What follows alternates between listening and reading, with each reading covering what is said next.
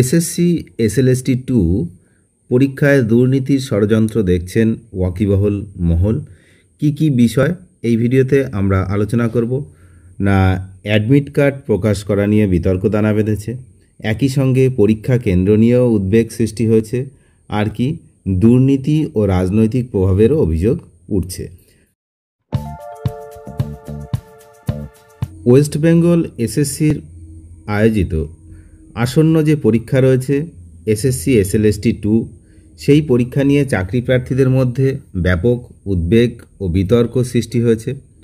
পরীক্ষার admit card প্রকাশ থেকে শুরু করে পরীক্ষা কেন্দ্রের বণ্টন, বিভিন্ন বিষয়ে দুর্নীতির আশঙ্কা করছেন অনেকেই। তো এই ভিডিওতে আমরা সেগুলো নিয়েই আলোচনা করব।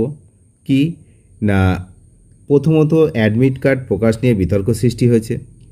এবারের যে পরীক্ষা, সেই পরীক্ষার অ্যাডমিট কার্ড পরীক্ষা হওয়ার অনেক আগেই, অর্থাৎ 1 মাস আগে প্রকাশ করা হয়েছে, যা কিন্তু এর আগে কখনোই দেখা যায়নি যে পরীক্ষার এত আগে অ্যাডমিট কার্ড প্রকাশ হওয়া।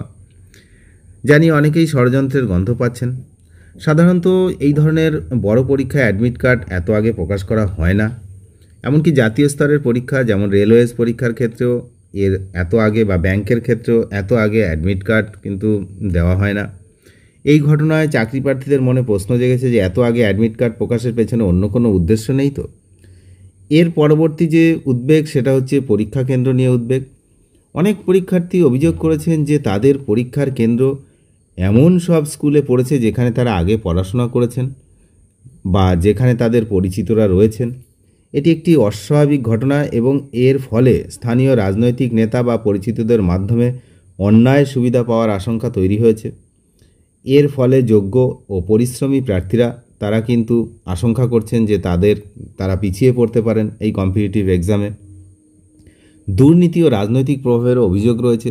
পরীক্ষা কেন্দ্রগুলির যে দায়িত্ব থাকবেন তারা স্থানীয় পুলিশ থাকবেন, আপনারা জানেন, এবং পঞ্চায়েত সদস্য এবং রাজনৈতিক দলের সদস্যরাও থাকবেন বলে জানা যাচ্ছে। এইরকম অভিযোগ উঠেছে। এর ফলে পরীক্ষায় রাজনৈতিক হস্তক্ষেপ এবং অস্বচ্ছতার আশঙ্কাও বাড়ছে। অ্যাডমিট কার্ড আগে প্রকাশ করার ফলে কিছু অসাধু পরীক্ষার্থীরা স্থানীয় নেতা বা প্রভাবশালী ব্যক্তিদের সঙ্গেও কিন্তু যোগাযোগ করে দুর্নীতির সুযোগ নিতে পারেন বলে অভিযোগ। এছাড়াও আরেকটা সবথেকে গুরুত্বপূর্ণ বিষয় উঠেছে যে অভিযোগ, সেটা হচ্ছে অনেক অযোগ্য প্রার্থীও অ্যাডমিট কার্ড পেয়েছেন। যারা অযোগ্য তারা কিন্তু অ্যাডমিট কার্ড পাওয়ার কথা নয়, তাদের যে অ্যাপ্লিকেশান সেটা ক্যান্সেল হয়ে যাওয়ার কথা, কিন্তু তারা অ্যাডমিট কার্ড পেয়েছেন এবং যে আদালতের আদেশের অবমাননা হয়েছে। এর ফলে নতুন করে মামলা হতে পারে এবং এই নিয়োগ প্রক্রিয়া আবারও আটকে যেতে পারে। যদি প্রশ্নপত্র ফাঁসের মতো ঘটনাও ঘটে, তবে পুরো পরীক্ষা বাতিল হয়ে যাওয়ারও আশঙ্কা রয়েছে। এই সমস্ত কারণে যোগ্য প্রার্থীরা তাদের ভবিষ্যৎ নিয়ে কিন্তু চিন্তিত। তো সব মিলিয়ে এবারের যে এসএসসি পরীক্ষা, তা ব্যাপকভাবে উদ্বেগ ও হতাশা কাজ করছে সকলের মনে। তার কারণ এত আগে অ্যাডমিট কার্ড প্রকাশ করা, তারপরে অযোগ্য যারা প্রার্থী বলে বিবেচিত হয়েছিল, অযোগ্য ক্যান্ডিডেট, তারাও আবার এই পরীক্ষাতে অ্যাডমিট পাওয়া, তাদের যে পরীক্ষা কেন্দ্র এমন সব স্কুল, তো সেসব নিয়ে কিন্তু উদ্বেগ দানা বেঁধেছে। অনেক ধন্যবাদ শেষ পর্যন্ত দেখার জন্য। এখন দেখা যাক এই পরীক্ষা শেষমেশ সুষ্ঠুভাবে হয় কি না, সেদিকে আমরা নজর রাখছি। আপনারা নজর রাখুন। চ্যানেলে নতুন হলে অবশ্যই চ্যানেলটিকে সাবস্ক্রাইব করে সঙ্গে থাকবেন। ধন্যবাদ।